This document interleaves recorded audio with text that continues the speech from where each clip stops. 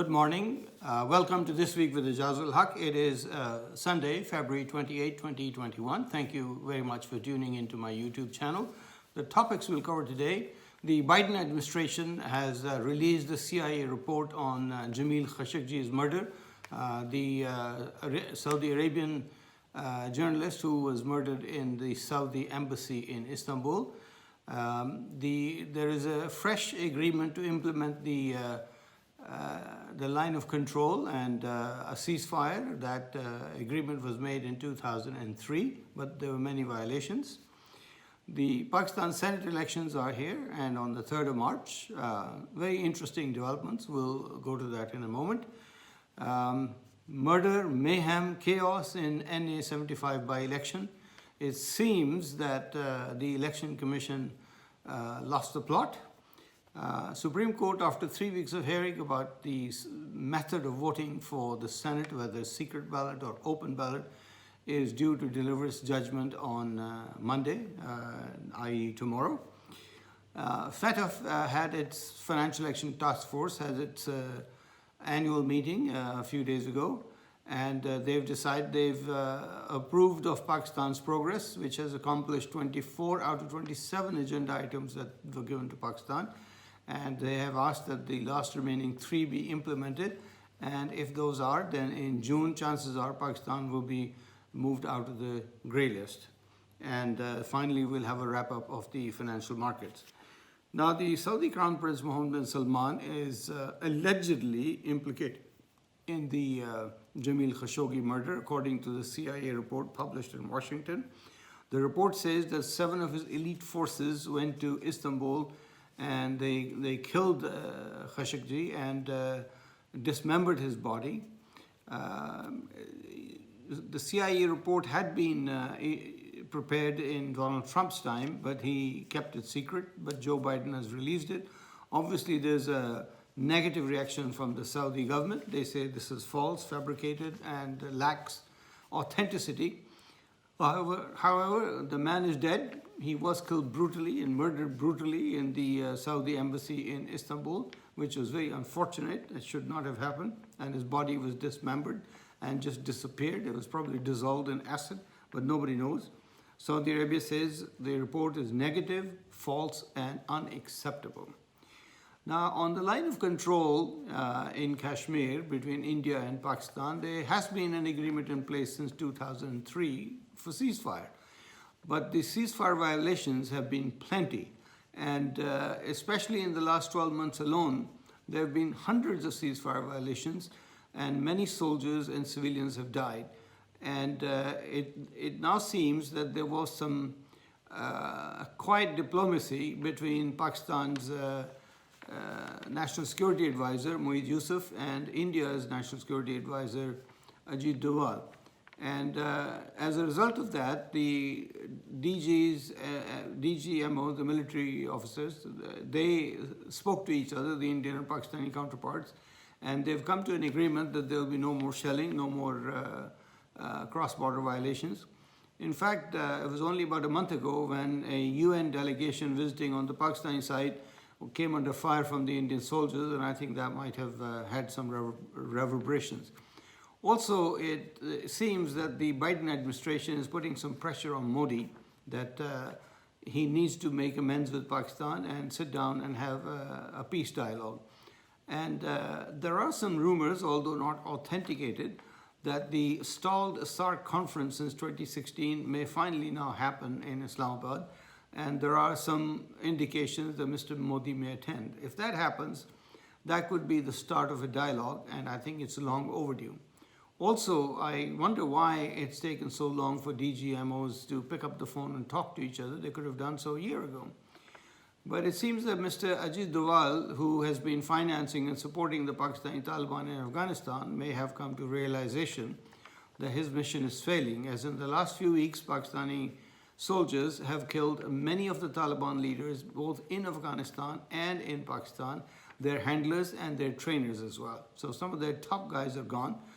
Taliban may not be completely eliminated, but at least their back is broken. So perhaps Mr. Doval realizes that it's time to talk peace.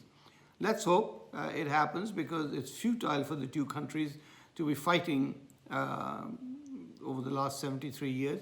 In fact, Kashmir and Palestine are two of the oldest unresolved issues in the world, and it's time that both are resolved. And hopefully, Mr. Modi and Imran Khan can sit down together and come to an agreement.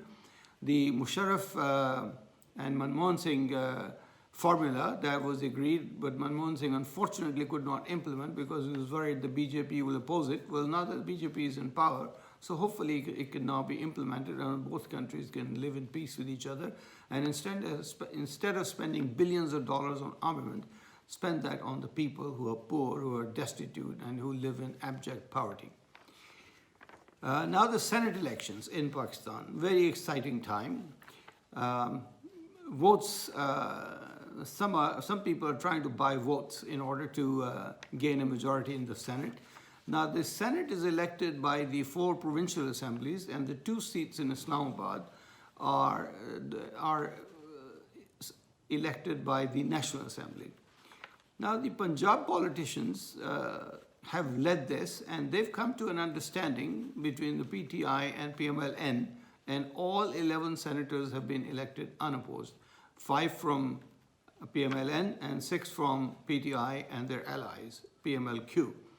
And as a result, no horse trading took place, and the event took place very peacefully.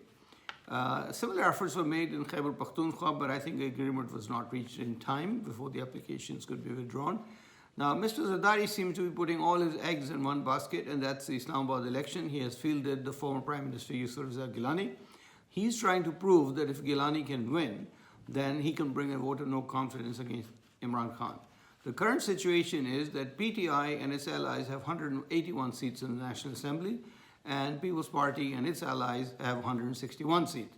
So basically, they need 12 votes to change the fortunes, but it is very unlikely. However, Mr. Zardari is known to throw money at such things, and he is allegedly doing that, but it's still doubtful whether Mr. Yusuf Gilani can be elected. His opponent is Mr. Hafiz Sheikh, the current finance minister. So the PTI seems confident, and they're very quiet. They're not talking about this. And the reason opposition is talking about this is because they probably are not sure if they can deliver. Anyway, on March the 3rd of the elections, we'll find out the result. And hopefully things go off in a peaceful manner. Now, NA 75 Daska by-election for the National Assembly. There was murder, there was mayhem, there was kidnapping, there was all kinds of things. And the Election Commission, which is supposed to be in charge of the elections, of course is assisted by the provincial administration, they seem to have lost the plot in this. The communication broke down. Out of the 353 polling stations, 23 results of 23 didn't show up on time. All the others did, and they were verified and vouched, and they were accurate. The ones that didn't show up were mostly distant polling stations, and because of fog and because of lack of communication with the polling officers sitting in the polling stations all day, their phone batteries died, and perhaps they didn't have any charging arrangements. The Election Commission should make better arrangement and probably provide satellite phones so that they can stay in touch with them throughout. Anyway, the Election Commission has announced the Pakistan People's Party, the Pakistan Muslim League had requested re-election in 23 of the polling stations. However, the Election Commission went overboard and ordered the entire re-election, even though the 320 or so polling stations were considered good and fine.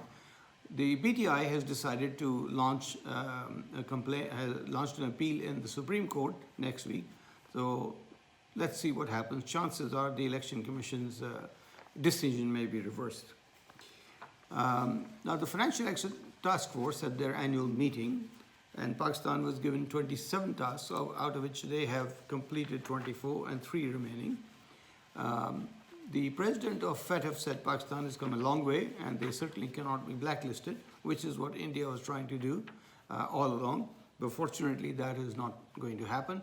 And the 3 outstanding issues need to be resolved so that in the June meeting, Pakistan can come out of the grey list and go back into the so-called white list. Now, roundup of the financial markets. A bad week for the markets. S&P 500 was down 2.5% on the week. Nasdaq was down 5% on the week. FTSE was down 2.2% on the week. Shanghai stock market was down 5.1% on the week. Mumbai Stock Exchange was down 3.5% on the week. And the Pakistan Stock Exchange was down 1% on the week. The West Texas crude rose from $59.24 to $61.50 per barrel. And the Brent crude rose from $62.14 to $64.42 in the week. And that is causing some inflationary pressures around the world. That is all for this week. And thank you very much for watching. Please do subscribe. And until next week, goodbye and have a nice week.